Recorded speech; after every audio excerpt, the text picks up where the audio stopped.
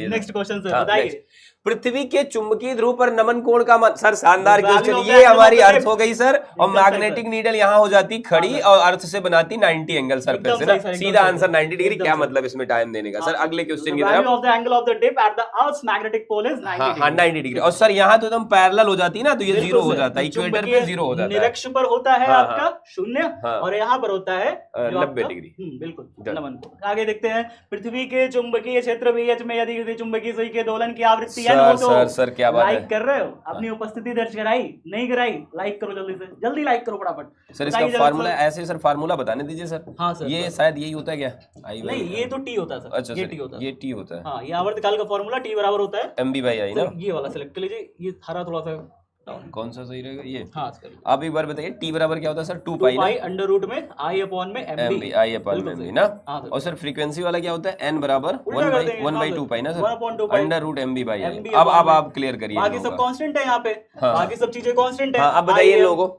तो देखो ये वाला पकड़ेंगे सर फार्मूला। तो n directly proportional to root b रहेगा और फिर n जब उधर चला जाएगा तो स्क्वायर हो जाएगा। हाँ root में तो ये BH BH हो जाएगा, ये तो हो N जाएगा स्क्वायर सर। आई होप ये वाला सही हो बिल्कुल जाएगा ना। बी बी वाला नंबर correct। ऑप्शन आपका बिल्कुल बी वाला करेक्ट हो जाएगा डैने भाई। हाँ बी वाला क्वेश्चन करेक्ट। बताइए, एक लौह चुंबकीय पदार्थ की चुंबकशीलता की इससे आसान क्वेश्चन बनाई नहीं दुनिया में बना यार। ही नहीं है और आता है सर। एक आता बच्चा है। ये भी नहीं कह सकता कि वो एक के बराबर होती भाई, बिल्कुल नहीं। अपमान होगा उसका। बिल्कुल सर। और एक से छोटी मतलब गाली दे रहे हो आप, मैं तो- और जीरो मतलब वो पदार्थ ही कैसा है भाई है। बिल्कुल तो सर। इसका मतलब ऑब्वियस है बेटा कि ये हो जाएगा ऑप्शन 1 करेक्ट हो बिल्कुल जाएगा, सही, पहला बिल्कुल वाला सही। करेक्ट हो जाएगा। बिल्कुल ठीक है। सही। 2200 बच्चे हो लेकिन लाइक कम है, लाइक बढ़ाओ भाई हाँ, फटाफट से। बिल्कुल। निखिल क्या होगा 2011 2015 2023 3 साल पूछा है लगातार। भाई बता दो फटाफट सर क्या हाँ, होगा? सर, निकिल तो हमारा एक फेरोमैग्नेटिक सब्सटेंस होता है ना। बिल्कुल निकिल सर। एक फेरोमैग्नेटिक सब्सटेंस है भाई। और निकिल सर अर्थ के कोर में भी पाया जाता है। बिल्कुल आई सर, होप बिल्कुल कौन कौन सर पाए जाते हैं यहाँ पे? पाए जाते हैं निकिल, लोहा होता है सर। कोबाल्ट और हाँ, आयरन लोहा। ना। ठीक, ठीक। तो फीको निकी से याद हाँ, रखो आप याद इसको, ये रखिएगा बहुत सर। इंपॉर्टेंट है, पूछा भी जाता है। ठीक है। लोहा निकिल कोबाल्ट तीनों जो है लौह चुंबकीय पदार्थ है, याद रखिएगा। हो गई है आपके फिजिक्स के 20 क्वेश्चन पूरे। लगातार बने रहिएगा क्योंकि अब आने वाले हैं आपके बीच आपके बायो के टीचर यानी कि अच्छा केमिस्ट्री है यार, तो इसके बाद है केमिस्ट्री। तो केमिस्ट्री पहले कर लेते हैं, बायो और मैथ आपके लिए लास्ट में। तो चलिए आइए विजय सर और फटाफट से स्टार्ट करिए बच्चों के कीमती समय को फटाफट से। हेलो प्यारे दोस्तों, क्या हाल चाल, कैसे हैं आप सब? आशा करता हूं कि बहुत बढ़िया होंगे और पूरी तैयारी के साथ जोशो खरोश के साथ आए होंगे कि अरे सर अगर आप टेस्ट ले रहे हैं तो हम भी आज पूरी तैयारी के साथ आए और पूरी तैयारी के साथ पूरे जोश के साथ टेस्ट देंगे। एक छोटा सा शेर मैंने आप लोगों के लिए लिखा है, आप कहें तो मैं सुना देता हूं, उसके बाद फिर शुरुआत करते हैं इस शानदार क्लास की। आप लोगों के लिए ये 2 लाइनें हैं कि लगन देख निष्ठा देख युद्ध की तैयारी देख। लगन देख निष्ठा देख युद्ध की तैयारी देख, तूफान को चीरते परिंदे में जीत की खुमारी देख। जहां जमाना उजालों में देख नहीं पाता हुनर, जहां जमाना उजालों में देख नहीं पाता हुनर, विद्या कुल के छात्रों के सीने में जल रही चिंगारी देख। विद्या कुल के शेरों के सीने में जल रही चिंगारी देख। देख सुबह 9 बजे से 2500 बच्चा इंतजार कर रहा है कि आज इस तरह से टेस्ट देंगे कि एक भी क्वेश्चन को छोड़ेंगे नहीं।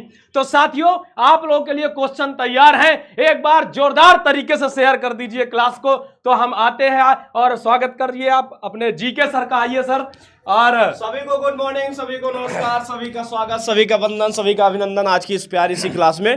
देखो बेटा जोश कम नहीं होना चाहिए, एक बार दबा करके पहले सेशन को शेयर करो। बहुत मेहनत करके हम और विजय सर तुम्हारे लिए क्वेश्चन छाट करके लाए हैं। अगर इन क्वेश्चन को कर लिए तो बिहार बोर्ड में तुम झंडा गाड़ोगे, स्वाभाविक रूप में झंडा गाड़ोगे, इसमें कोई कह सकते हो दो राय नहीं है। ठीक है, तो मैं ये कहता हूं सबसे पहले बेटा सेशन को एक बार शेयर करो, दबा करके शेयर करो और मैक्सिमम बच्चों को यहाँ पे कनेक्ट कराओ। केमिस्ट्री के क्वेश्चन जानदार शानदार होंगे, विथ एक्सप्लेनेशन होंगे, सब कुछ यहाँ पे कराया जाएगा। एक बार शेयर कर दो साथियों, एक बार शेयर कर दो, शेयर कर दो। 2500 मैंने कहा था, 2500 का आंकड़ा पार होना चाहिए। चलिए शुरुआत करते हैं। चलो भाई शुरू करेंगे आज के पहली क्वेश्चन। पहला क्वेश्चन आपके स्क्रीन पर आ रहा है और क्वेश्चन की करते हैं शुरुआत। चलो भाई पहला क्वेश्चन आप लोगों के सामने। Sir sir sir sir sir sir sir हो गया आ गया। आ गया सर। चलो भाई विजय सर ने चलिए कर पहला दिया है। क्वेश्चन है HCP इकाई सेल में परमाणुओं की संख्या क्या होती है? जल्दी से बताइए। HCP का मतलब होता है हेक्सागोनल क्लोज पैकिंग, जिसका नाम है षष्ठकोणीय खटकोणीय। हाँ खटकोणीय हाँ। निविड़ संकुलन। ठीक है, हिंदी में निविड़ बोला जाता है, बाकी क्लोज पैकिंग होता है। तो इसमें पूछा गया है आप सभी लोगों से परमाणुओं की संख्या कितनी होती है, 4, 6, 12 या प्रीवियस ईयर क्वेश्चन है साथियों, 2020 में पूछा गया था। जल्दी से इसका आंसर दीजिएगा। सर थोड़ा साइड हो जाइए, बच्चों को आंसर नहीं दिख रहा। काफी सारे बच्चों के आंसर आ रहे हैं भाई। सी आ रहा है किसी का बी आ रहा है साथियों। बी नंबर एकदम राइट आंसर है आपका। बी नंबर जो बच्चे दे रहे हैं 6 होता है। वेरी गुड साथियों। परमाणुओं की संख्या 6 होती है और 12 इसका आता है सीएन नंबर। सीएन बोले तो समन्वय संख्या या फिर संयोजन संख्या या कोऑर्डिनेशन नंबर के नाम से आप इसको जानते हैं। बिल्कुल। चलो भाई सेकंड क्वेश्चन की बात करते हैं। रवादार ठोस है, हीरा, कांच, रबड़ या इनमें से कोई नहीं। रवादार का मतलब होता है क्रिस्टलाइन सॉलिड। क्या है? रवादार का मतलब होता है भाई क्रिस्टलाइन सॉलिड। तो क्रिस्टलाइन सॉलिड के एग्जांपल्स क्या है यहाँ पे आप सभी से क्वेश्चन में दिया गया है। इसका आंसर करो भाई सभी साथियों। ये भी प्रीवियस ईयर में पूछा गया क्वेश्चन है, जल्दी से जल्दी बताएं। चलिए सभी बच्चों का आंसर भी आ रहा है। B B B. अरे सर बी देख लीजिए, रवादार पूछ रहा है साथियों। बिल्कुल सही है। इसका करेक्ट आंसर बनेगा हीरा या फिर आप कह सकते हो डायमंड। देखो कुछ एग्जांपल आप याद रखोगे, जैसे पहला हीरा हो सकता है, दूसरा क्या हो सकता है बेटा ग्रेफाइट हो सकता है, तीसरा क्या हो सकता है बेटा क्वार्ट्ज हो सकता है। ये 4 एग्जाम्पल तो आप बिल्कुल 3 एग्जाम्पल तो बिल्कुल याद रखो, क्योंकि ये हमेशा बार बार अपने एग्जाम में पूछा गया है। ठीक है, चलो भाई नेक्स्ट क्वेश्चन पे मूव करेंगे। नया क्वेश्चन अपने पास क्या आ रहा है, इसको जरा आप ढंग से पढ़िए। निम्नलिखित में कौन से जोड़े में क्रमशः चतुष्फलकीय वाइड और अष्टफलकीय वाइड होता है? वाइड्स का मतलब टेट्राहेड्रल एंड ऑक्टाहेड्रल वाइड्स के बारे में आपको वाइड का मतलब साथियों हिंदी में इसे रिक्तियां कहते हैं। तो आपको ये बताना है कि चतुष्फल की रिक्ति और अष्टफल की रिक्ति कहां पाई जाती है। साथियों ऑप्शन आपके सामने है और समय है आपका 15 सेकंड। 15 सेकंड में आपको जवाब देना है। देखो पैकिंग आपने पढ़ा है 2D 3D, ठीक है, 2D और 3D। तो 2D और 3D में आपको बताना है कि भाई किसमें ये दोनों बन सकते हैं, टेट्राहेड्रल और ऑक्टाहेड्रल वाइड्स। ठीक है, चलिए सर काफी सारे बच्चों का सही आंसर है। देखो बेटा 3D पैकिंग में ही हमारे पास वाइड्स बनते हैं या रिक्तियां बनती हैं, और 3D में मेजरली 2 ही बनता है। एक का नाम है HCP, दूसरे का नाम है CCP, और इसलिए आप इसका सही आंसर कर सकते हो, आंसर नंबर सी। ठीक है, देखो टेट्राहेड्रल वाइड की बात करें, चतुष्फलकीय वाइड्स की संख्या पूछे तो इसकी होती है 8, और इसकी अगर बात करते हैं तो इसकी संख्या होती है 4। ठीक है, याद रखिएगा। नए क्वेश्चन की तरफ मूव करेंगे। नेक्स्ट क्वेश्चन क्या आ रहा है अपने पास, ये है, इसको पढ़िए आप लोग। घनाकार क्रिस्टल में ब्रेवेज जालकों की संख्या कितनी होती है? आपने क्रिस्टल पढ़े होंगे, क्रिस्टल में 7 प्रकार के क्रिस्टल तंत्र पढ़ाए गए थे। उसमें पूछ रहा है घनाकार में कितने होंगे। यानी घनाकार आप सभी लोग जानते होंगे, कई बार आप इसको बना भी चुके हैं, एकक कोष्टिका में आप इसको देखे भी हैं। ये होता है आपका घन। तो घनाकार में कितने होते हैं आपको पता भी होगा कि हमने इसमें SCC भी पढ़ रखा है, हमने इसमें BCC भी पढ़ रखा है, हमने इसमें ECC भी पढ़ रखा है। यानी कि इतने प्रकार के हुए 3। तो कितने होंगे साथियों? 3 होंगे। सर आप भी बताइए। अगर आपसे पूछा जाए टोटल ब्रेवियस लैटिसेस कितने होते हैं, कुल ब्रेवियस जालकों की संख्या, तो आप हमेशा आंसर करिएगा 14, और क्रिस्टल समुदाय या क्रिस्टल सिस्टम पूछा जाए तो आप आंसर करेंगे 7। लेकिन अगर क्यूबिक के बारे में बात करें तो हमेशा आंसर 3 दीजिएगा, SCC, BCC और FCC। ठीक है, चलो भाई अगर संपूर्ण क्रिस्टल समुदाय पूछता है तभी आपको 14 देना है, नहीं तो फिर आपको अगर घनाकार पूछता है तो आपको 3 आंसर देना है। चलो भाई नेक्स्ट क्वेश्चन हमारे पास है, which is not affected by the heat. मतलब इन 4 में 4 हमारे पास कंसंट्रेशन टर्म है, सांद्रता के पद है। बताना है कौन ताप से प्रभावित नहीं होता, ताप बढ़ाने या घटाने के साथ किसके मान में कोई परिवर्तन नहीं होता। सही आंसर बताओ भाई। क्या ये नॉर्मलता है, क्या ये मोलरता है, क्या ये मोललता है या फिर फॉर्मलता है? सभी को पता होगा, आई होप कि आपको पता है कि मोललता एक ऐसा टर्म है, मोललता जिसको हम मोलेलिटी कहते हैं, और एक होता है मोल फ्रैक्शन जिसको हम मोल प्रभाज कहते हैं। ये दोनों ताप पर निर्भर नहीं करते, और इसके अकॉर्डिंग सही आंसर बनेगा आंसर नंबर। साथियों इस मोल प्रभाज को आपने पढ़ा होगा मोल अंश के नाम से भी, मोल अंश बिल्कुल भी दोनों नाम कहा से जाता है। तो याद रखिएगा मोल अंश या फिर मोल प्रभाज या मोललता, ये सब ताप द्वारा प्रभावित नहीं होते हैं। आइए आगे चलते हैं, नेक्स्ट पॉइंट पे चलते हैं। नेक्स्ट क्वेश्चन अपने सामने आया है, solution in which the osmotic pressure is the same at the same temperature are called. विलयन जिसमें परासरण दाब समान ताप पर समान होते हैं क्या कहलाते हैं? आपने पढ़ा होगा। इसमें आप देखिए, इसमें कह रहा है समाकृतिक, समावयवी, अतिपरासारी, समपरासारी।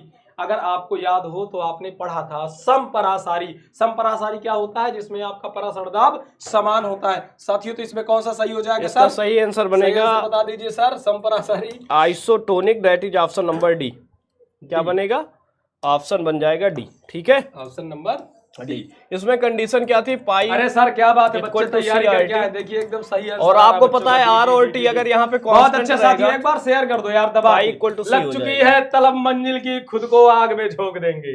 ठोकरें कहती हैं मारा जाएगा, हौसले कहते हैं देख लेंगे। क्या अगला बात है क्वेश्चन सर, क्या बात, क्या अगला बात, क्या क्वेश्चन बात। सर, चलो अगला भाई। क्वेश्चन बच्चों के लिए। किसी बिलियन के 200 ml में 2 ग्राम NaOH घुले हैं। कितना? 200 ml में कह रहा है 2 ग्राम NaOH घुले हैं। अब आपको NaOH का तो पता होगा, अणुभार क्या आ जाएगा? 40 आ जाएगा। बिलियन की मोलरता क्या होगी? अणुभार मैंने बता दिया, मोलरता निकालना 30 सेकंड का टाइम है, देखते हैं कौन बच्चा निकालता है। भाई इसका देखो, इसका एक फार्मूला होता है, आपको पता है मोलरता का। M बराबर होता है W/mm इनटू में weight of solution in ml into में क्या लिखते हो भाई? 1000। अब यहाँ पे आप देखो W कितना दिया गया भाई? 2 ग्राम। अपॉन में मोलर मास कितना हो जाएगा NaOH का? 40। इनटू में क्या लिखोगे? 1000। अपॉन में लिखोगे थोड़ा इधर आ जाएंगे बच्चे, ठीक है। इसको जब सॉल्व करोगे तो सॉल्व करने के बाद आप देखोगे 0 0 0 कैंसिल हो जाएगा, 2/8 आ जाएगा। सॉल्व करने पर 0.25 आएगा। सही आंसर कौन सा बनेगा? Answer number A. ओ आंसर नंबर ए। और सर बच्चे ए भी देख रहे हैं, ठीक है, ए दे भी रहे थे सर। ए चलो भाई नेक्स्ट क्वेश्चन पे मूव चलिए। करेंगे। नया क्वेश्चन क्या है अपने पास? बच्चों ये 2022 में पूछा गया था कि घोलक के 1 किलोग्राम में उपस्थित घुल के मोलों की संख्या को क्या कहते हैं? घोलक के 1 किलोग्राम की बात कर रहा है, और आपको याद है ना कि अगर किलोग्राम की बात करेगा, या तो किलोग्राम की बात करेगा, या द्रव्यमान की, या फिर बात करेगा आयतन की। अब आपको बताना है कि द्रव्यमान की बात कहां करता है और आयतन की बात कहां करता है। यहाँ पे दोनों चीजें है, मोलरता है, मोललता है, मोल प्रभाज है, नॉर्मलता है। बताइए ऑप्शन कौन सा होगा? सबसे सही तरीका ये बेटा, ये केजी में जब भी दिया जाएगा तो आप इसका आंसर मोललता करेंगे। क्या करेंगे बेटा? मोललता। और जब भी ये ml में और लीटर में दिया जाएगा तो आपको करना होगा मोलरता। सही आंसर इसका बनेगा answer number B, that is molality. ठीक है। घोलक का मतलब होता है बेटा सॉल्वेंट, जिसको हम विलायक के नाम से भी जानते हैं। नया क्वेश्चन आपके सामने है। ये क्वेश्चन कह रहा है कि हमारे पास जिंक सॉलिड है, जिंक सॉलिड का इलेक्ट्रोड है, और फिर वो क्या बना रहा है? बिलियन में जाकर के Zn2+ में परिवर्तित हो रहा है। उसके बाद साथियों इधर Cu है साथियों, ये Cu2+ का हम बिलियन है, और बिलियन से निकल करके वो क्या हो रहा है? सॉलिड हो रहा है। ऐसा कौन से सेल में देखने को मिलता है? यदि आपको अच्छे से याद होगा तो हमने गैल्वेनिक सेल बनाया था। कौन कौन बच्चे को याद है? गैल्वेनिक सेल बनाया था हमने, और गैल्वेनिक सेल में आपने देखा था कि सेम ऐसे ही यही अभिक्रिया हो रही थी। और गैल्वेनिक सेल तो इसमें दिया नहीं है, तो अब दूसरा नाम आपको बताना है कि गैल्वेनिक सेल का दूसरा नाम क्या है, किसका उदाहरण है गैल्वेनिक सेल। अब आपको बताना है उसमें से वेस्टर्न सेल है, डेनियल सेल है, कैलोमल सेल है, या फिर इनमें से कोई नहीं। देखो बेटा, गैल्वेनिक सेल का एक उदाहरण इसमें बनता है डेनियल सेल, जिसमें जिंक और कॉपर के इलेक्ट्रोड का यूज किया जाता है, जिसका सही आंसर बनेगा आंसर नंबर बी।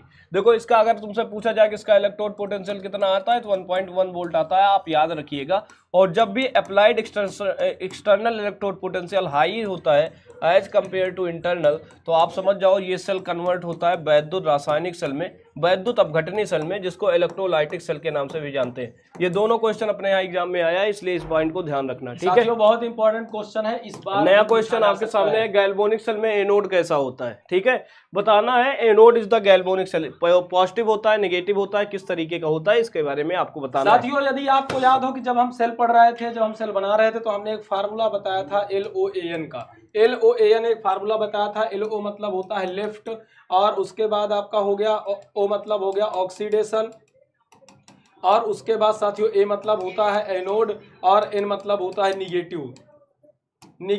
तो अब बताइए यहाँ से अगर बात कर रहा है एनोड, तो एनोड क्या होता है? निगेटिव लगा हुआ। ये बिल्कुल सही है, इसका करेक्ट आंसर बनेगा option number A, that is negative, ऋणात्मक इलेक्ट्रोड होता है। अगर तुमसे कैथोड पूछता तो पॉजिटिव हो जाता, लेकिन अगर वैद्युत अपघटनी सेल आ जाएगा तो इसका जस्ट अपोजिट हो जाएगा, वहां पे एनोड हमारा पॉजिटिव होगा। कंफ्यूज मत होना, काफी बार क्वेश्चन पूछा गया है। वैद्युत अपघटनी में हमेशा एनोड धनात्मक ध्रुव होता है, ये बात याद रखिए। नया क्वेश्चन है सर आपके सामने। सर ए बी और सी तत्वों के मानक अपचयन विभव दिए हुए हैं। मानक अपचयन विभव दिए हैं, E0 रेड दिया हुआ है, और पूछ रहा है अच्छा दिया क्या है? पॉजिटिव का प्लस का दिया हुआ है 0.68 वोल्ट, माइनस का 2.50 वोल्ट, और माइनस का 50 वोल्ट, और इनमें अपचयन शक्ति का क्रम पूछ रहा है। 2021 का क्वेश्चन है। रिड्यूसिंग कैपेसिटी, ये क्वेश्चन बहुत ज्यादा इंपॉर्टेंट है। ये क्वेश्चन बार बार बोर्ड रिपीट करता रहता है, तो बहुत ध्यान से देखेंगे। इसमें करना क्या होता है, इसमें साथियों हमको जो भी ये पॉजिटिव में दिया है ना, इसमें अगर पूछ रहा है कि अपचयन शक्ति का क्रम क्या है, तो शक्ति सबसे ज्यादा अधिक होगी उसकी जो सबसे ज्यादा ऋणात्मक होगा। अब इसको ये देख लो कौन सबसे ज्यादा ऋणात्मक है, उसी क्रम में लगा दो। तो सर एक बार लगा दीजिए। देखो भाई, जो आपके पास रिड्यूसिंग कैपेसिटी होती है, जिसको अपचयन शक्ति कहते हैं, ये देखो दिया कौन सी वैल्यू गई है, SRP value, standard reduction potential given है। तो रिड्यूसिंग जो कैपेसिटी होती है ये इनवर्सली प्रोपोर्शनल होती है किसके, एसआरपी के। तो देख लो बेटा, जिसका एसआरपी सबसे कम उसकी रिड्यूसिंग कैपेसिटी सबसे ज्यादा। इस तरीके से सबसे ज्यादा कम कौन होगा, जो सबसे ज्यादा नेगेटिव होगा। और सबसे ज्यादा नेगेटिव अगर आप देखोगे तो आप सभी को दिखेगा सबसे ज्यादा नेगेटिव कौन सा है, सॉरी बी वाला सबसे ज्यादा नेगेटिव बनेगा। तो बी के बाद आएगा बी वाला सबसे ज्यादा ऋणात्मक है साथियों, उसके बाद सी, उसके बाद है, उसके बाद सी है, फिर उसके बाद ए है। सही आंसर बनेगा आंसर नंबर डी। ठीक है, डी पे आप टिक करेंगे। नए क्वेश्चन पे आ जाओ भाई। नया क्वेश्चन है अभिकारक अणुओं में उत्पाद में परिवर्तित होने के लिए जो आवश्यक न्यूनतम ऊर्जा की आवश्यकता होती है उसे क्या कहते हैं। अब मान लो आपके पास कोई अभिकारक है, जैसे मान लो आर है, अब इसको पी में प्रोडक्ट में चेंज होना है। आपके पास इस अभिकारक को उत्पाद में बदलने के लिए भी कुछ ऊर्जा की आवश्यकता होती है। सबसे पहले आप सभी जानते हो कि अपक्रिया तब होती है जब अणु आपस में टकराते हैं। अणुओं के टकराने के बाद अपक्रिया मतलब शुरू होती है, लेकिन उसमें उत्पाद जब अभिकारक उत्पाद में परिवर्तित हो रहा होता है तब भी एक ऊर्जा की आवश्यकता होती है। वही ऊर्जा आपको बतानी है, कौन सी है, गतिज ऊर्जा, स्थितिज ऊर्जा, सक्रियण ऊर्जा या फिर गतिज प्लस स्थितिज ऊर्जा। इसको आप देख करके तुरंत आंसर दीजिए और आपके पास समय है 10 सेकंड का। चलो भाई नेक्स्ट क्वेश्चन की तरफ। अच्छा, इसका आंसर अभी आंसर दे रहे हैं बच्चे। तो इसका सही आंसर हो जाएगा बेटा सक्रियण ऊर्जा, जिसको एक्टिवेशन एनर्जी के नाम से जानते हैं हम लोग। नए क्वेश्चन पे आते हैं। नया क्वेश्चन अपने पास दिया गया, किसी वस्तु के प्रतिक्रिया करने की दर निर्भर करता है। मतलब आपसे पूछा है रेट ऑफ रिएक्शन किस पॉइंट पे डिपेंड करता है। तो इसका सही आंसर बनेगा, आप सभी को पता है जो रेट ऑफ रिएक्शन होता है वो डिपेंड करता है एक्टिव मास पे, और एक्टिव मास को हिंदी में सक्रिय भार कहते हैं। इसलिए इसका करेक्ट आंसर बनेगा अगर साथियों देखा जाए जैसे हमारे पास कोई देखो सेशन को शेयर भी करते रहो भाई, तुम लोग जाओ नहीं, इसके बाद जस्ट मैथ और बायोलॉजी की क्लास है। ठीक है साथियों, देखो जैसे आपके पास कोई भी अभिकारक है, जैसे मान लो ए अभिकारक है तो और बी से ही अभिक्रिया करके उत्पाद बनाना है। तो अगर देखा जाए तो वेग वस्तु के प्रतिक्रिया करने की दर, वेग किस पर निर्भर करेगा, जितने अणु टकराएंगे, जितना द्रव्यमान उनका आपस में टकराएगा उसी पर वेग निर्भर करेगा। इसलिए हम क्या कहेंगे कि सक्रिय द्रव्यमान पर निर्भर करता है। ठीक है, चलो भाई नेक्स्ट क्वेश्चन की तरफ मूव करेंगे। नया क्वेश्चन क्या है सर, ये आ गया आपके सामने। किसी रासायनिक अभिक्रिया की दर मतलब रेट ऑफ केमिकल रिएक्शन समय के साथ बढ़ती है, समय के साथ घटती है, समय के साथ घट या बढ़ सकती है, समय के साथ स्थिर रहती है। साथियों अगर आपको याद हो, अगर मान लो हमने शुरू में क्या लिया, अभिकारक के 100 अणु ले लिए। कितने लिए, मान लो ए है हमारे पास 100 अणु और ये उत्पाद बना रहा है। तो आप सोचो जब 100 अणु में टक्कर होगी तो अभिक्रिया शुरू में बहुत तेजी से होगी, लेकिन धीरे धीरे अभिकारक क्या होगा, घटता जाएगा, क्योंकि अभिकारक में परिवर्तित होने लगेगा उत्पाद में, तो धीरे धीरे ये घटता जाएगा। तो जब अगर अभिकारक घट रहा होगा तो इसका वेग भी क्या करेगा, धीरे धीरे घटता जाएगा। तो क्या होगा, समय के साथ घटती है। क्या आ जाएगा, समय के साथ घटती है। अब अगले में आ जाए, किसी अपक्रिया का वेग निम्नांकित प्रकार से व्यक्त होगा। अब इसमें वेग दिया हुआ है, इसका वेग क्या दिया हुआ है कि अभिकारक ए की सांद्रता दी हुई है और इसकी घात 2, और अभिकारक बी की सांद्रता पे साथियों घात नहीं दिया, इसकी घात नहीं दिया, और इसकी कोटि पूछ रहा है। कोटि आपको पता है कैसे निकालते हैं, इनकी घातों का योग कर देना है, वो कोटि हो जाएगा। अभिकारक की घातें देखो बेटा, यहाँ पे घात कितना है, यहाँ पे 2 है, यहाँ पे 1 है, 2 और 1 को जोड़ोगे कितना हो जाएगा, 3। अब यहाँ पे कुछ नहीं तो इसलिए हम यहाँ पे 1 मान लेते हैं। तो बेटा 2 और 1 क्या हो जाएगा, 3। चलो भाई नेक्स्ट क्वेश्चन पे मूव करेंगे। नया क्वेश्चन क्या है, किसी भी अपक्रिया में उत्प्रेरक बोले तो कैटालिस्ट का काम क्या होता है। ये रेट ऑफ रिएक्शन को बढ़ाता है, घटाता है या कांस्टेंट रहता है, क्या होता है, ये इसके बारे में आपको बताना है। चलिए ठीक है, फटाफट आंसर दीजिए साथियों। 2020 से पूछा गया क्वेश्चन है, अपक्रिया के वेग को कम करता है, अपक्रिया के वेग को बढ़ाता या घटाता है। आपको पता होगा साथियों कि उत्प्रेरक जो है ये 2 प्रकार का होता है, धनात्मक उत्प्रेरक और ऋणात्मक। धनात्मक उत्प्रेरक क्या करेगा, अपक्रिया के वेग को बढ़ाएगा, और ऋणात्मक क्या करेगा, घटाएगा। तो यहाँ पर कौन सा सही हो जाएगा साथियों, दोनों सही हो जाएगा, सही आंसर सी बनेगा। सी। चलो भाई नेक्स्ट क्वेश्चन पे आ जाते हैं। अगला क्वेश्चन, दूध निम्नलिखित में से किसका उदाहरण है। Milk is the example of this type of the colloidal solution. अब आप जल्दी से आंसर दीजिए साथियों, आप सबको पता है, एक बार सेशन को शेयर कर दीजिए। आपका इंतजार कर रहे हैं आपके मैथ वाले सर और बायोलॉजी वाले सर, तो एक बार सेशन को शेयर कर दीजिए साथियों। यहाँ पर दूध किसका उदाहरण होगा, पायस का, एमल्सन होगा, ठीक है, पायस का उदाहरण होगा। चलिए भाई, अगला क्वेश्चन 2020 में पूछा गया था, वेरी मोस्ट मोस्ट इंपॉर्टेंट है, निम्न में से किसमें टिंडल प्रभाव नहीं पाया जाता है? आप देखिएगा, चीनी का घोल, सोने का कोलाइडी घोल, सस्पेंशन, इमल्सन। साथियों अगर इनको तीनों को देखा जाए तो ये तीनों के तीनों क्या है? ये तीनों के तीनों कहीं ना कहीं कोलाइडी विलयन है। और यहाँ पे आपका जो चीनी का घोल है ये वास्तविक विलयन होता है, और वास्तविक विलयन में टिंडल प्रभाव नहीं देखा जाता है। तो साथियों यहाँ पर कौन सही हो जाएगा? ए नंबर आपका सही हो जाएगा। चलो भाई, अगला शहद question- होता है। शहद क्या होता है? छारी। सॉरी सर, ये सर बायोलॉजी वालों को आ गया है। ठीक है बायोलॉजी वाले सर, को तो बुला भैया आ लीजिए। जाइए आप सभी लोग। चलिए, तो स्वागत करिए आप सभी लोग बायोलॉजी के किंग भाई हमारे कुलदीप सर का। ठीक है, welcome sir. Kuldeep sir, thank you sir. ये लीजिए। सर एक ही है। तो हेलो साथियों, नमस्कार, प्रणाम, गुड मॉर्निंग, कैसे हैं आप सभी लोग? तो साथियों स्टार्ट करते हैं एक और शानदार क्लास में। इसको आगे बढ़ाते हुए इसी शानदार सेशन को थोड़ा शेयर कर दीजिए अपने दोस्तों के साथ। जो लोग सो रहे थे वो जाग जाएं जल्दी से। तो स्टार्ट करते हैं बच्चों बिना देर के पहले क्वेश्चन के साथ। आपके सामने विजय सर ने पढ़ ही दिया है कि शहद कैसा होता है, क्षारीय होता है, अम्लीय होता है, उदासीन होता है, कुछ दिन बाद क्षारीय हो जाता है। तो यहां पे राइट आंसर है कि अगर देखा जाए, नमस्कार भाइयों सभी को स्वागत है, अगर देखा जाए तो यहां पे ये हल्का सा स्लाइटली एसिडिक होता है, यानी कि बी यहां पे राइट आंसर है। अगला क्वेश्चन है बच्चों, कुनैन किससे प्राप्त होता है? तो सिनकोना के पुष्प से, सिनकोना की पत्तियों से, सिनकोना की छाल से, या सिनकोना की जड़ से, रूट ऑफ सिनकोना या बार्क ऑफ सिनकोना। तो जो कुनैन होता है यानी मलेरिया की दवा होती है, किससे प्राप्त होती है? यह प्राप्त होती है बार्क ऑफ सिनकोना से, यानी कि सिनकोना की छाल से। ये एक पौधा होता है बच्चों। थोड़ा लाइक करते रहिए और शेयर जरूर करते रहिए अपने दोस्तों के साथ, मित्रों के साथ, सबको बुला लीजिए तो बेहतर रहेगा आप लोग के लिए भी। अगला है भाई, तांबा उत्सर्जन करने वाला एक आईओडी निम्नलिखित में से कौन सा है? Which one of the following is a copper releasing IOD? आप जानते हैं आईओडी होती हैं यानी अंतःगर्भाशय युक्ति। इनमें से नाम कौन सा है? LNG-20, सहेली, मल्टीलोड 375, या इनमें सभी? तो मल्टीलोड 375 यहाँ पे सही उत्तर है, सी यहाँ पे सही उत्तर है। ये एक तांबा उत्सर्जक है। अगला क्वेश्चन है बच्चों आपके सामने, शुक्राणु के एक्रोसोम भाग में रहता है या एक्रोसोम ऑफ स्पर्म प्रोसेस, इसमें क्या होता है आपसे पूछ रहा है।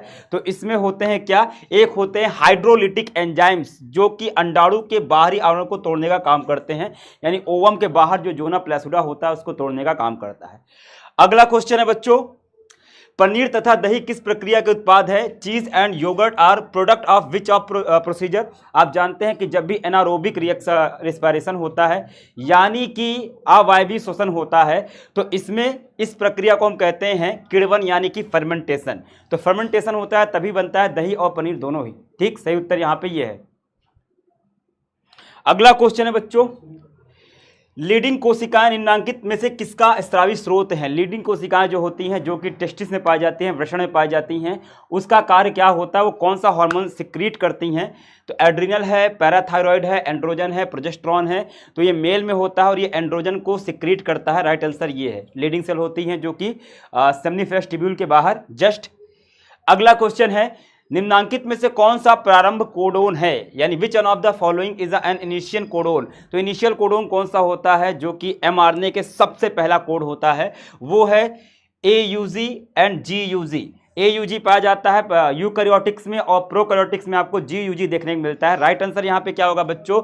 सी होगा। शेयर करते रहो बच्चों, लाइक जरूर करते रहो सेशन को। अगर आपको कठिनाई आ रही है ऐसे क्वेश्चन करने के लिए तो इसी का सवाल लेकर हम हर आपके मंडे से आने वाले हैं आपके लिए लेकर के वन शॉट वीडियो, जो आपके अब तक के सारे बैकलॉग को या जो कुछ आप भूल गए हैं उसको पूरी तरह से फिर से जगाने का कार्य करने वाला है आपकी परीक्षा की तैयारी के लिए। जैसा हम वादा करते हैं कि आपके हर एक कदम पे आपके साथ हैं, उसी के साथ हम जुड़े रहेंगे। और आपकी जो मांग थी कि सर वन शॉट वीडियो लाया जाए, वो मंडे से आया जाएगा, पर उससे पहले छोटा सा टेस्ट तो हो रहा है कि आखिर कहां कहां कमियां रह गई हैं। आइए बच्चों अगला क्वेश्चन देखते हैं, पक्षियों तथा तितलियों का डैना क्या है? यानी कि wing of bird and butterfly are, यानी कि पक्षी एक बर्ड है और एक बटरफ्लाई है। दोनों के अगर हम पंख को देखें तो दोनों का स्ट्रक्चर एकदम अलग होता है, लेकिन वर्क दोनों का सेम होता है। और ऐसे ऑर्गन को हम कहते हैं असमजात अंग यानी कि एनालॉगस ऑर्गन। तो यहाँ पे ए यहाँ पे राइट आंसर है बच्चों।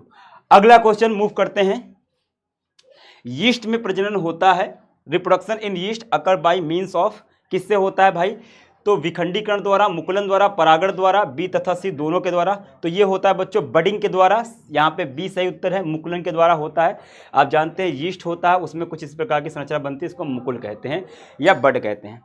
अगला क्वेश्चन है बच्चों, कैपिसिएशन एक प्राकृतिक क्रिया है, यह कहाँ संपन्न होती है? कैपिसिएशन एक प्रक्रिया है जो कि स्पर्म में होती है, यानी कि मादा जनन मार्ग जो होता है, यानी कि फीमेल रिप्रोडक्टिव ट्रैक जो होता है, उससे कुछ केमिकल रिलीज होते हैं जो स्पर्म के एक्रोसोम को पतला कर देते हैं। यही प्रक्रिया कहलाती है क्या? कैपिसिएशन कहलाती है। राइट आंसर यहाँ पे क्या है? सी है। ठीक, अगले क्वेश्चन पर मूव करते हैं बच्चों। रेट्रोवायरस का अनुवांशिक पदार्थ क्या होता है? जो रेट्रोवायरस होते हैं जैसे HIV, उसमें कौन सा अनुवांशिक पदार्थ होता है? DNA होता है कि RNA होता है? तो RNA, DNA प्रोटीन। तो यहाँ राइट आंसर RNA है, ए यहाँ पे सही उत्तर है। क्यों? क्योंकि RNA से DNA बनता है जिसमें, उसी को हम रेट्रोवायरस कहते हैं। नेक्स्ट क्वेश्चन है बच्चों आपके सामने, एनेलिडा तथा मोलस्का के बीच की संयोजक कड़ी कौन सी है? यहाँ पे connecting link between Annelida and Mollusca कौन सी है? तो कनेक्टिंग लिंक ऐसे होते हैं जिनमें दो जीवों के लक्षण होते हैं या दो वर्गों के लक्षण होते हैं, ऐसे जीव को हम कनेक्टिंग लिंक कहते हैं। तो यहाँ पे नियोप्लीना जो है, पहला ही ऑप्शन सही है। ये क्या है? एनेलिडा तथा मोलस्का दोनों के लक्षण इसके अंदर पाए जाते हैं। नेक्स्ट क्वेश्चन है बच्चों आपके सामने, 11 जुलाई को मनाया जाता है, जो अभी बीत गया है, यानी कि जुलाई 11 इज ऑब्जर्व्ड एज, कैसे होगा? ये होगा वर्ल्ड पॉपुलेशन डे, यानी कि विश्व जनसंख्या दिवस के रूप में इसको मनाया जाता है। 4th चैप्टर जो है आपका, उससे बहुत इंपॉर्टेंट क्वेश्चन है, कई बार पूछा जा चुका है। नेक्स्ट क्वेश्चन है, एड्स का जो वायरस होता है उसमें क्या होगा? एड्स वायरस हैज एक कुंडलिनी DNA, द्विकुंडलिनी DNA, एक कुंडलिनी RNA, द्विकुंडलिनी RNA। तो यहाँ पे सी सही आंसर है, सिंगल स्ट्रैंडेड RNA होता है, सी यहाँ पे सही उत्तर है। नेक्स्ट क्वेश्चन है बच्चों, जल प्रस्फुटन मुख्य रूप से किसके द्वारा बनता है? यानी वाटर ब्लूमिंग किसके द्वारा होती है? तो वाटर ब्लूमिंग तब होती है जब कहीं पर पौधे या फिर जो प्लैंकटन होते हैं, जू प्लैंकटन या हाइड्रोप्लैंकटन, वो अचानक से बहुत ज़्यादा बढ़ जाते हैं। तो यहाँ पे लेमना और हाइड्रिया द्वारा, स्लाइम मोड्स द्वारा, प्रोटोजोआ द्वारा, प्लवक के नीलहरी शैवाल द्वारा। तो राइट आंसर यहाँ पे डी है, प्लैंकटोनिक ब्लू ग्रीन एल्गी की वजह से।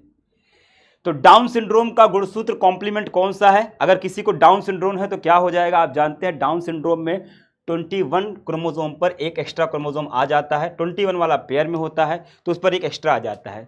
तो यहाँ पे 2n+1 हो जाता है, इसको हम ट्राइजोमी भी कहते हैं। राइट आंसर यहाँ पे क्या होगा? बी राइट आंसर है। ठीक, ऐसे बच्चों आंसर देते रहिए, शेयर करते रहिए और साथ ही लाइक भी करते रहिए, अपने दोस्तों को बुलाते रहिए ताकि शानदार तरीके से सेशन चलता रहे। ठीक है, एडीज मच्छर कौन सी बीमारी फैलाता है? Aedes mosquito spread which disease, इसमें से कौन सी डिसीज को फैलाने का काम करता है? तो एडीज जो है वो डेंगू फैलाने का काम करता है, डेंगू भी कहते हैं इसको। ठीक है, तो ये इसको स्प्रेड करता है जो कि अब फैलने वाला है इसी मौसम में, तो थोड़ा अपना ख्याल भी रखेंगे। ठीक है, अगला क्वेश्चन है बच्चों, मानव शुक्राणु के एक्रोसोम का निर्माण किसके द्वारा होता है? Acrosome of human sperm is form by. तो जो एक्रोसोम होता है जिसके अंदर सारे एंजाइम भरे होते हैं हाइड्रोलिटिक, वो किससे बनते हैं? तो अंतःप्रदेश जालिका यानी एंडोप्लाज्मिक रेटिकुलम या गोल्जी ऑपरेटस यानी गोल्जी बॉडी, सही उत्तर यही बी है, गोल्जी बॉडी के द्वारा यानी गोल्जी काय के द्वारा एक्रोसोम का निर्माण होता है। नेक्स्ट क्वेश्चन है बच्चों, जीन के विभिन्न रूपों को क्या कहा जाता है? एक ही जीन के बहुत सारे रूप होते हैं, यानी कि different form of a gene are called, क्या कहलाता है बच्चों? इसको हम कहते हैं युग्म विकल्पी या एलिल कहते हैं इंग्लिश में। राइट आंसर यहाँ पे सी है, एलिल या युग्म विकल्पी। अगला क्वेश्चन है बच्चों, निम्नलिखित में से कौन सा पौधा उभयलिंगी है? इनमें से कौन सा पौधा ऐसा है जो कि मोनोसियस है? तो यहाँ पे कौन है? Which one of the following plant is monoecious?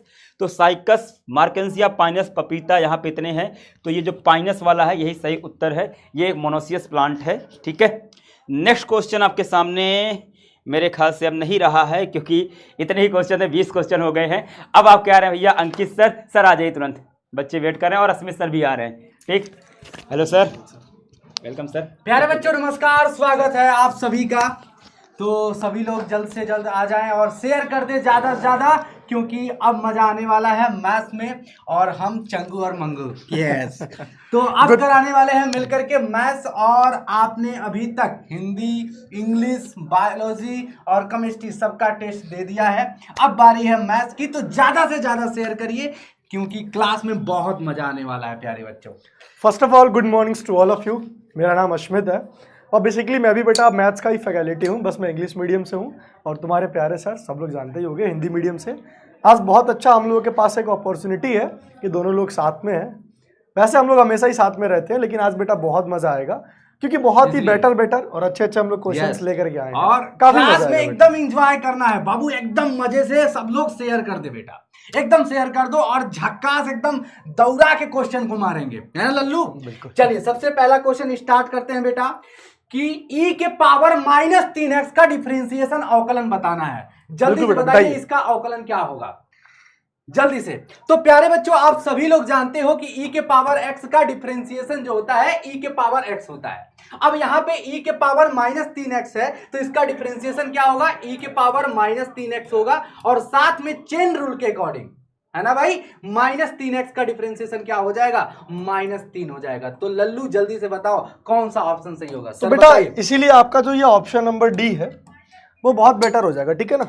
और वैसे भी देखो, कभी कभी जब क्वेश्चन नहीं भी सॉल्व करना होता है तो बाई ऑप्शन भी देख सकते हो। हाँ। आपको पता है ना कि -3x का कहीं ना कहीं माइनस आगे आएगा, और आप खुद देखो कि ऑप्शन नंबर डी ही ऐसा है जिसमें माइनस आगे है। तो आप ये भी ट्रिक बेटा यूज कर सकते हो। आते हैं नेक्स्ट क्वेश्चन की तरफ, और नेक्स्ट क्वेश्चन है हमारा, नेक्स्ट क्वेश्चन 11 के पावर x का अवकलन बताना है, यानी डिफरेंशिएशन बताना है। जल्दी से इसका उत्तर सभी लोग कमेंट बॉक्स में दे बेटा, सभी लोग इसका उत्तर दे। तो भाई बताओ, इसमें कंफ्यूज नहीं होना है, क्योंकि समाकलन में कुछ और होता है भाई, इंटीग्रेशन में कुछ और होता है, डिफरेंशिएशन में कुछ और होता है, तो एकदम से कंफ्यूज नहीं होना है।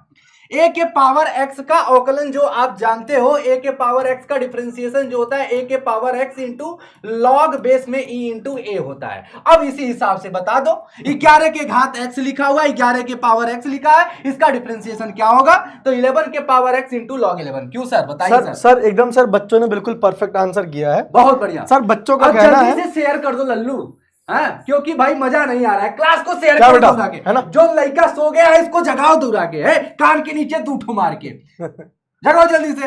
हाँ, तो भाई इसका उत्तर क्या हो जाएगा, सी ऑप्शन सही हो जाएगा। चलिए आ जाइए तीसरा क्वेश्चन पे, ये लिखो भाई, कॉसेक लिखा हुआ है tan inverse x plus cot inverse.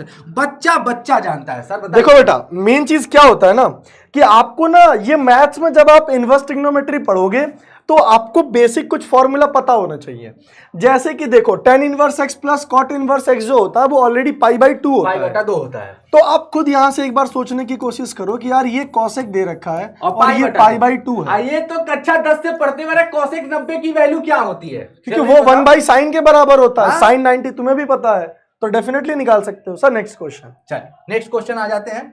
Next question ये देखिए क्या कह रहा है, यदि a बराबर एक समुच्चय सेट ये दिया है, b बराबर सेट ये दिया है, और तुम्हारे पास एक फंक्शन डिफाइन किया गया है, तो दूठे गोला बना लो लल्लू, दूठे गोला बना लो, ऐसे तुमको क्लियर हो जाएगा। ये देखो a और हाई देखो b और हाई देखो c, ये 1 ये 2, देखो भाई अब यहीं से सब कुछ समझ में आ जाएगा तुमको कि देखो a का संबंध, a का रिलेशन 1 के साथ है भाई, b का भी भैया 2 के साथ, c का भी 2 के साथ। अब यहीं से तुम बता सकते हो ये क्या है, जल्दी से उत्तर बताओ बेटा। सभी लोग बेटा कमेंट सेक्शन के अंदर बताएंगे क्या बनेगा। सर बच्चे एकदम कमेंट सेक्शन में सही आंसर कर रहे हैं। हाँ। बेसिकली ये जो हमारा देखो बनना चाहिए, आप ना आप एक चीज यहां पर समझने की कोशिश करना कि बेटा यहां भी 2 दे रखा है, यहां भी 2 दे रखा है। आप खुद सोचो कि जो भी आपका यहां पे बेटा ये डोमेन मतलब रेंज और जो डोमेन होता है पूरा का पूरा आपका ये कंप्लीट नजर आ रहा है, तो आप खुद बताओ कि जब ये रेंज और डोमेन दोनों कंप्लीट हो तो बेसिकली वो हमारा कौन सा पार्ट बनता है।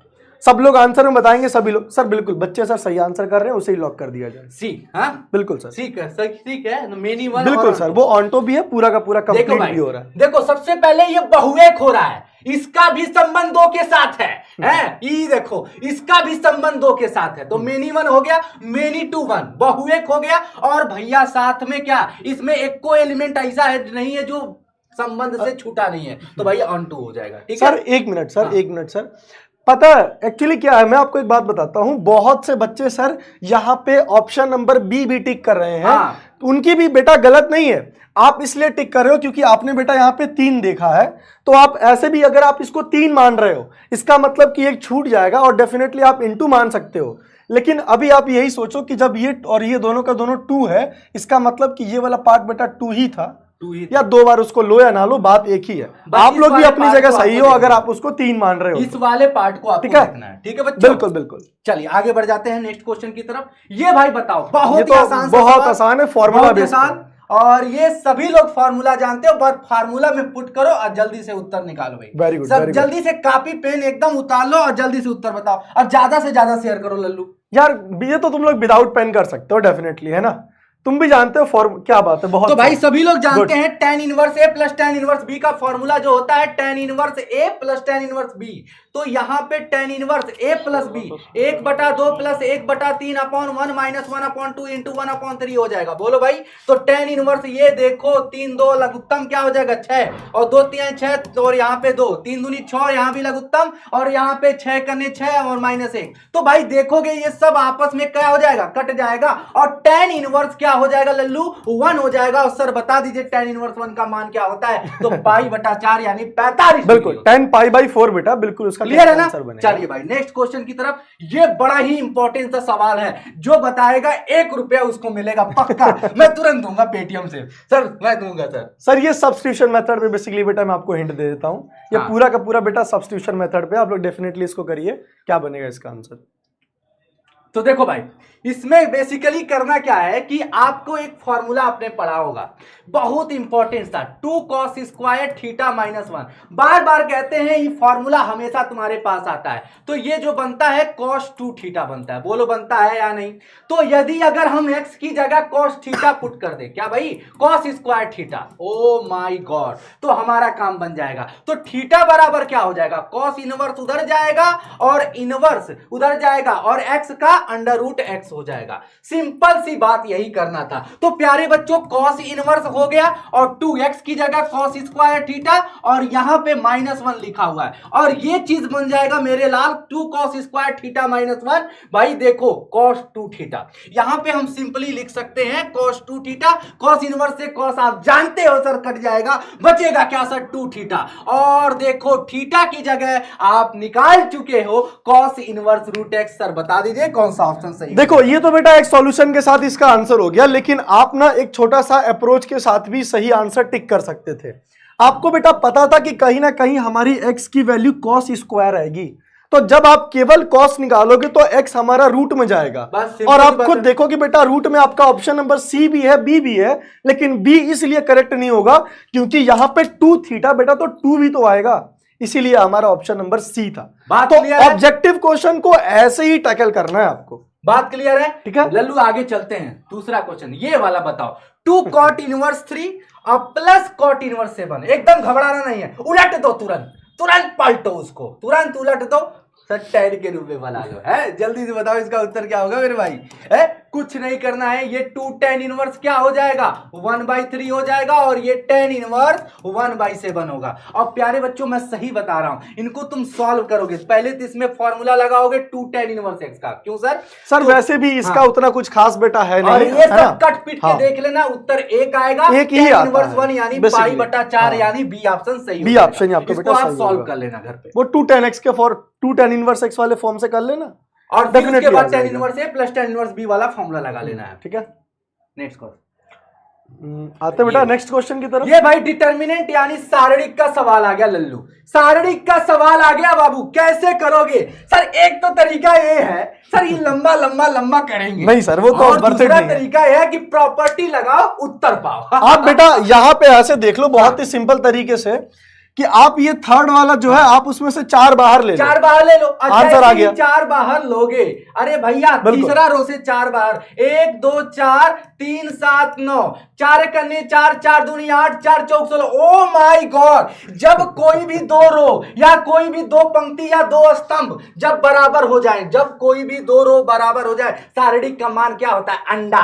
और अंडा में 4 का गुणा करोगे तो भैया अंडा यानी कोई मतलब नहीं, बी ऑप्शन सही हो जाएगा। बिल्कुल बिल्कुल। चलो आगे बढ़ो, आगे बढ़ो, आगे बढ़ो। Next question, sine root x का डिफरेंशिएशन बताना है, साइन रूट एक्स का डिफरेंशिएशन। बेटा सभी लोग बताएंगे और सर सभी लोग बहुत ही अच्छा आंसर भी दे रहे हैं। हाँ देखो बेटा साइन एक्स कुछ भी हो यार, आपको भी पता है कि साइन रूट एक्स होगा तो क्या बनेगा cos रूट एक्स, और रूट एक्स का भी आप जानते हो 1/2 रूट एक्स है ना।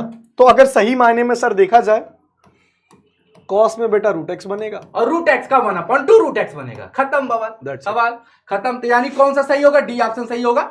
बोल बोल बोल बोल बाबू, ये रूट एक्स का डिफरेंशिएशन 1/2 रूट एक्स और साइन रूट एक्स का डिफरेंशिएशन cos रूट एक्स। बोलो वेरी गुड, वेरी गुड। आगे बढ़ो, आगे बढ़ो। नेक्स्ट क्वेश्चन, ये भाई बहुत इंपॉर्टेंट सवाल, बहुत, ये जानो कि सारे क्वेश्चन बिहार बोर्ड में आए हैं, सारे क्वेश्चन बिहार बोर्ड में आए हैं, तुम जाकर देख लो। ये log sec x plus tan x दिया, बहुत इंपॉर्टेंट। सब बच्चे लोग जानते हो क्या? सर हम जानते हैं, ये बच्चे क्या करेंगे? ए ऑप्शन क्लिक करेंगे, मुझे सर पता वो है। केवल इतना देखते हैं, ये देखते जबकि हैं। वो चेन रूल के जरिए सर ये sec sec(x) और tan x नहीं देख पाते हैं। तो बेटा मैं आपको एक बार बताता हूं थोड़ा सा, आप देखो यहां तक तो बेटा आप सभी लोग एकदम सही हो कि आप ये वाले पार्ट को ऐसे कर सकते हो। डिफरेंशिएशन 1/x होता है, एकदम सही है, बट आप ऐसे देखो चेन रूल भी लगेगा। sec(x) है ना, तो sec(x) का क्या बनता है सब लोग जानते हैं, sec(x) × tan x होता है। और बेटा आप यहां देखोगे tan x sec square x। और कितने ऐसे बच्चे हैं जो ये समझ पाए कि यहां से sec(x) को कॉमन लेंगे तो ये पूरा पार्ट वो पूरे पार्ट से कट जाएगा और केवल sec(x) बचेगा। sec(x) बचेगा, यानी इसका सही अरे क्या बात है, बहुत सही, बहुत सही, बहुत इंपॉर्टेंट सवाल, और ये बिहार बोर्ड में। सुनो एक बात मैं और बताता हूं, ऐसे जो क्वेश्चंस है ना वो बिहार बोर्ड तक ही सीमित नहीं है, हमारे 12th के बाद बहुत से ऐसे एग्जाम होते हैं जैसे एनडीए हो गया, एयरफोर्स हो गया, एक्स हो गया, और सर ये वेब जी का एग्जाम होता है सर, इपमेट का होता है, उसमें भी ऐसे क्वेश्चन देखने को मिलते हैं और बच्चा कंफ्यूज हो जाता है और वहां प्रेशर में मार देता है। हाँ स्टार्टिंग में ही देख करके वो समझ आंसर मार देता है। चलिए बताइए, ये तो इजी है, एप्लीकेशन ऑफ डेरिवेटिव से क्वेश्चन है भाई, है ना, अवकलन के अनुप्रयोग से क्वेश्चन है, जल्दी से, बहुत सरल क्वेश्चन। मैंने बताया हुआ कि इसी तरह का क्वेश्चन आता है, रेट ऑफ चेंज से ही क्वेश्चन। 6 चैप्टर में तो छठे चैप्टर में ज्यादा लोड लेना ही नहीं है, इसी तरह के प्रश्न पे आपको काम करना है। तो भाई एक वृत्त की त्रिज्या 0.4 सेंटीमीटर पर सेकेंड की दर से बढ़ रही है, यानी आपको दिया क्या है कि radius of circle is increasing at the rate of, यानी आपको त्रिज्या रेडियस जो है वो समय के सापेक्ष बढ़ रही है। कितना भैया? 0.4 सेंटीमीटर पर सेकेंड। ठीक है, तो इसकी परिधि की वृद्धि, तो आप जानते हो सरकमफ्रेंस जो होता है वो 2πr होता है कि नहीं? इसमें कितनी वृद्धि होगी? बस इसमें 0.4 का मल्टीप्लाई कर देना है, 0.8 सेंटीमीटर पर सेकेंड हो जाएगा। सर मुझे लगता है कि 0.8 पाई आना चाहिए। हाँ पाई आना चाहिए यहाँ पे सर, तो थोड़ा सा कंफ्यूजिंग है ये, है ना? यहाँ पे पाई नहीं लगाता तो ये ऑप्शन नहीं होगा, 0.85 सेंटीमीटर। ठीक है बच्चों, अब देखो इसका मान बताना है, the value of the determinant. Easy है बेटा, बहुत इजी है बच्चों, बहुत ज्यादा इसको सी कर लेना लल्ला, यहाँ पे इसको सी कर लेना, थोड़ा सा मिसप्रिंट है, ये सी माइनस है। अब जानते हो कभी भी अगर तुम ऐसे सवाल देखोगे जैसे तुम्हें लग रहा हो कि a-b, b-c, c-a, तो जब आप जेई की तैयारी करते हो तो ऐसे कंडीशन को हम लोग साइमेट्रिक कंडीशन बताते हैं, और यही काम तुम यहां भी इस्तेमाल कर सकते हो कि अगर तुम्हें ये साइमेट्रिक कंडीशन दिखे a-b, b-c, c-a, तो आंख बंद करके बेटा तुम यहाँ पे आंसर 0 मार सकते हो, ऐसे मार सकते हो। और अगर ये भी नहीं पता ना तो आप प्रॉपर्टी लगा के ऐड कर लो तीनों कॉलम को। देखो इसमें करो क्या, सिंपल सी बात, कोई भी रो में ऑपरेशन लगा सकते हो या कॉलम में लगा दो। रो में लगाओगे R1 में ऑपरेशन लगाओ, तो R1 में लगाओगे R1, R2 और R3 को जैसे जोड़ोगे ना भाई, a-b, b-c, देख लेना भाई ये सब 0 हो जाएगा। बिल्कुल। और जब किसी भी कोई भी रो या कोई भी कॉलम आप पढ़े हो, सर ने बहुत अच्छे से पढ़ाया है और हमने भी बताया है कि भाई कोई भी रो और कोई भी कॉलम अगर 0 हो जाता है तो शारीरिक कमांड डिटर्मिनेंट का वैल्यू क्या होता है? 0 होता है, यानी आपका ए ऑप्शन करेक्ट हो जाएगा। चलिए नेक्स्ट क्वेश्चन। बेटा ये क्वेश्चन दे रखा है, बहुत ही प्यारा क्वेश्चन, बहुत ही आसान। सर ये क्वेश्चन इन लोगों को कमेंट सेक्शन के लिए दे क्या? नहीं बता, इसमें एक छोटा सा इसमें ट्विस्ट डालेंगे, इसका डिफरेंशिएशन दे देंगे। सही कह रहे हैं, ये सही रहेगा। मैं दे देता हूं कि इसकी पहले बेटा तुम लोग वैल्यू बताओ, पहले वैल्यू और इसी का तुम लोग डिफरेंशिएशन बताना, जो भी फंक्शन आएगा। खैर वो लोग कर लेंगे क्योंकि पता उनको इसमें से जो आएगा उसी का करना है। सही सर बताने तो दीजिए कम से कम, क्या होगा? सर बच्चे हमारे सर ये पता है, ये बहुत शेर आदमी है लोग। अब देखो लल्लू, ये क्वेश्चन जो है सेकेंड चैप्टर का है, तो भाई इसमें देखो 1 - x² अपॉन 1 + x² है, तो आपने एक फॉर्मूला पढ़ा होगा 1 - tan² theta upon 1 + tan² theta. ये क्या होता है जल्दी से बताओ कमेंट सेक्शन में। बोलोगे sir cos 2 theta. Oh my God, यदि हम यहाँ पे cos इनवर्स यानी अगर ये x की जगह tan थीटा पुट कर दे तो यही चीज आएगा, और इसकी जगह हम लिख सकते हैं sir cos 2 theta. Oh my God, cos से cos खत्म भैया 2 थीटा। अब भैया थीटा की जगह क्या पुट करोगे? तुमने x की जगह तुमने क्या पुट किया था? tan थीटा, तो थीटा बराबर क्या हो जाएगा? tan कूद के इधर आएगा, और जैसे कूद के आएगा तो tan इनवर्स x हो जाएगा। ओ माय गॉड, तो थीटा की जगह हम क्या लिख सकते हैं? tan इनवर्स x लिख सकते हैं। ओ हो, तो 2 tan इनवर्स x, यानी इसका सही ऑप्शन सी हो जाएगा। लेकिन आप कमेंट बॉक्स में देंगे यदि y बराबर 2 tan इनवर्स x आ गया तो इसका dy/dx आप कमेंट बॉक्स में जरूर इसका उत्तर सर एक मैं बेटा छोटी सी आपको चीज बताता हूं। जानते हो एक बात हमेशा ध्यान रखना, ये cos इनवर्स और ये cos हमेशा कट नहीं कटेगा, ये बात जान लेना। समझे कि नहीं? आप इसको देखो, है ना, ये हमेशा कट नहीं होगा। पता चले आप बार बार गलती कर दो जब बेटा ये ट्रिग्नोमेट्री फंक्शन के रेंज में रहेगा तभी वो कट होगा। ठीक है, ये चीज का ध्यान रखना। कॉस का रेंज क्या होता है जल्दी से कमेंट बॉक्स में मुझे चाहिए। कॉस का रेंज क्या होता है? सॉरी, कॉस का रेंज क्या होता है? 0 से पाई होता है ना, 0 से 180। तो ये सारे रेंज आपको याद रखने हैं। चलिए बताइए next question. x+1 omega omega square, omega x plus omega square 1, omega square 1 और x प्लस ओमेगा। भाई ऐसा क्वेश्चन अगर तुम्हारे पास आ जाए ना ओमेगा ओमेगा वाले, तब आंख मूंद के तुरंत मार दो जीरो, खट दे। बेटा आप लोगों ने एक देखो फॉर्मूला पढ़ा होगा, पता नहीं, 1 प्लस ओमेगा स्क्वायर आपने पढ़ा है सर, आपने पढ़ा है और मैंने कई बार पढ़ाया है। बताओ, जल्दी से बताओ इसका उत्तर क्या होगा? 1 प्लस ओमेगा स्क्वायर। तो कितने ऐसे बच्चे समझ गए कि यहाँ पे क्या करना है। तुम यहाँ पे खुद सोचो कि अगर तुम कोई भी एक पर्टिकुलर पार्ट को तुम यहाँ पे ऐड ही करके वो एक्स वाला कॉमन ले लो तो क्या नजर आएगा? यही तो नजर आएगा। और अगर ये तुम्हें कोई भी रो और कोई कॉलम अगर एक भी जीरो दिखा तो तुम कह नहीं सकते कि बेटा ये पूरा पार्ट जीरो बनेगा। ये ऑप्शन सही है कि नहीं? चल भाई नेक्स्ट क्वेश्चन चलते हैं। और अच्छा सर एक चीज सर, एक बहुत प्यारा चीज मैं बच्चों को बताना चाहता हूँ। बेटा एक बात ध्यान रखो, जब हम लोग ऑब्जेक्टिव क्वेश्चन करते हैं ना तो ऑब्जेक्टिव क्वेश्चन में कई बार ऐसे बोलता है कि हम ओमेगा को 1 नहीं ले सकते हैं। लेकिन जानते हो वो दरअसल जानबूझ के कहता है तुम वो 1 ले भी लोगे तो कोई फर्क नहीं पड़ेगा।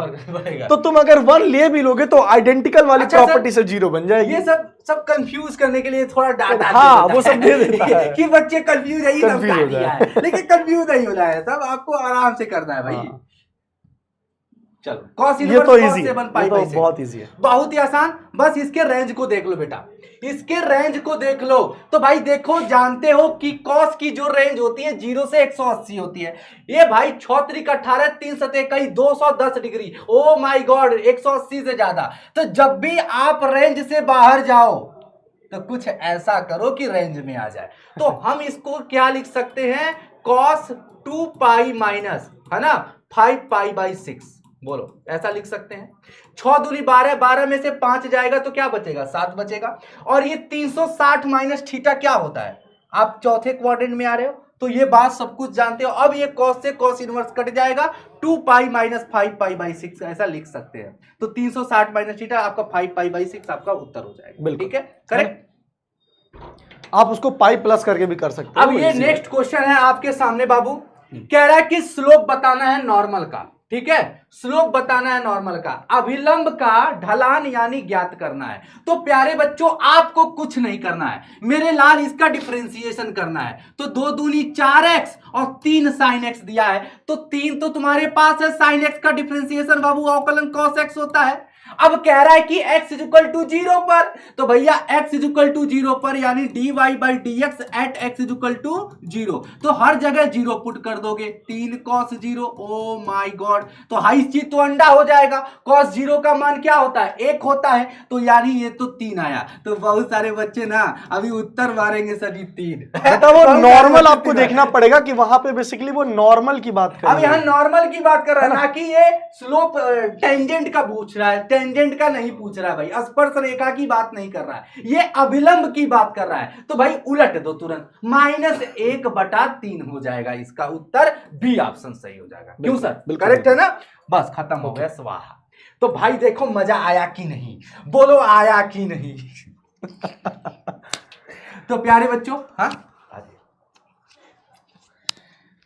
तो अब हम लोग जो भी थोड़ी बहुत त्रुटि है इसको कवर करने के लिए सौरभ सर और पूरी टीम हमारी, English medium, Hindi medium, art, सब कुछ अब क्या होने जा रहा है, एक 1 शॉट लाएंगे सिर्फ आपके लिए। अब जितना आप पढ़ चुके हो, तो जो बच्चा का बैकलॉग लगा हुआ है उसको कवर करने के लिए अब हम 1 शॉट लाएंगे। सर बैकलॉग भी रिवीजन भी बिल्कुल पूरी तैयारी हो जाएगी, पूरी तैयारी। और 1 शॉट ऐसा कि उसमें सारे क्वेश्चन आंसर सारे उसी से हो जाएंगे, पूरे के पूरे कॉन्सेप्ट क्लियर किए जाएंगे उसी से। मतलब उस कॉन्सेप्ट को आप देख लोगे तो ऑब्जेक्टिव हो चाहे सब्जेक्टिव हो, हर तरह की तैयारी आपको उस पूरे 1 शॉट से हो जाएगी। तो बस जैसा हमारे सर ने भी कहा था कि बस आपका एक ही चीज़ हमें चाहिए, वो है ज़्यादा से ज़्यादा भागीदारी।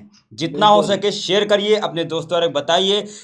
अब तक नहीं जुड़े हुए उनको जोड़िए कि भैया आ जाओ, अब यहीं पे सबसे शानदार तैयारी होने वाली है। जैसे भी आपने देखा अपनी तैयारी को परखा है, मैं जानता हूँ बहुत से बच्चों ने यहाँ पे टेस्ट दिया है और वो जान गए होंगे कहाँ पे कमी है, कहाँ पे रिवीजन करने की जरूरत है और कहाँ पे हमारा पक्ष मजबूत है।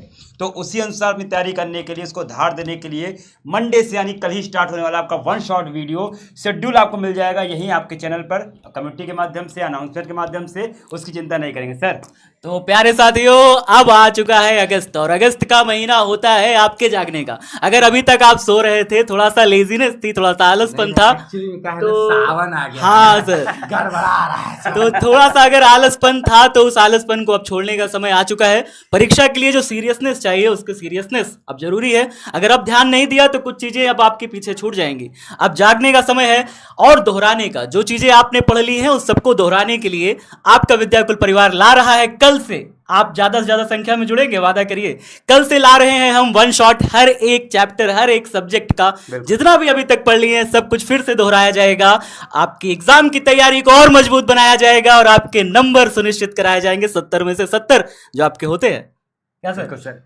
तो बस बच्चों, आज का ये शानदार सेशन आपने रविवार को बहुत ऐतिहासिक बहुत शानदार बनाया सर। ठीक है, और भी शेयर कर दिएगा। जिन लोगों ने नहीं किया उनको सारे क्वेश्चन मिल जाएंगे, आपको बिल्कुल मिल जाएंगे हमारे टेलीग्राम चैनल पे, जिसका डिस्क्रिप्शन बॉक्स में लिंक दिया हुआ है बच्चों। बिल्कुल, टेलीग्राम चैनल जरूर ज्वाइन कर लीजिए और ये सारा जितना भी था सबका स्टेटस लगा दीजिए। कल मुझे चाहिए ऐसा ही जोश, ऐसा ही उत्साह। कल के वन शॉट चैप्टर 1 में इसी प्रकार से उत्साह बनाए रखना। कल आपका रिवीजन पूरा चालू हो जाएगा हर सब्जेक्ट का। वन शॉट जो आपको इंतजार था, सारे बच्चों को इंतजार था सर इस चीज का, इस पल का, तो उस इंतजार की घड़ी पूरी हुई। ठीक है सर, फिर समापन करते हैं। बिल्कुल बिल्कुल, अब समापन करते हैं प्यारे साथियों। आज का सेशन यहीं तक। आप सभी ने बहुत उत्साह दिखाया, उसके लिए धन्यवाद। आप सभी का शेयर जरूर करिएगा अपने दोस्तों मित्रों साथियों को, वन शॉट भी और इस वीडियो को भी। मिलते बच्चों फिर कल, मिलते हैं कल की क्लास में और सब लोग इसी जोश के साथ। बिल्कुल। अब सावन बगीचा में जाना बंद करो, जय हिंद। बगीचा में जाना बंद करो। जय हिंद, जय भारत, बाय बाय। जय Bharat, thank you very much.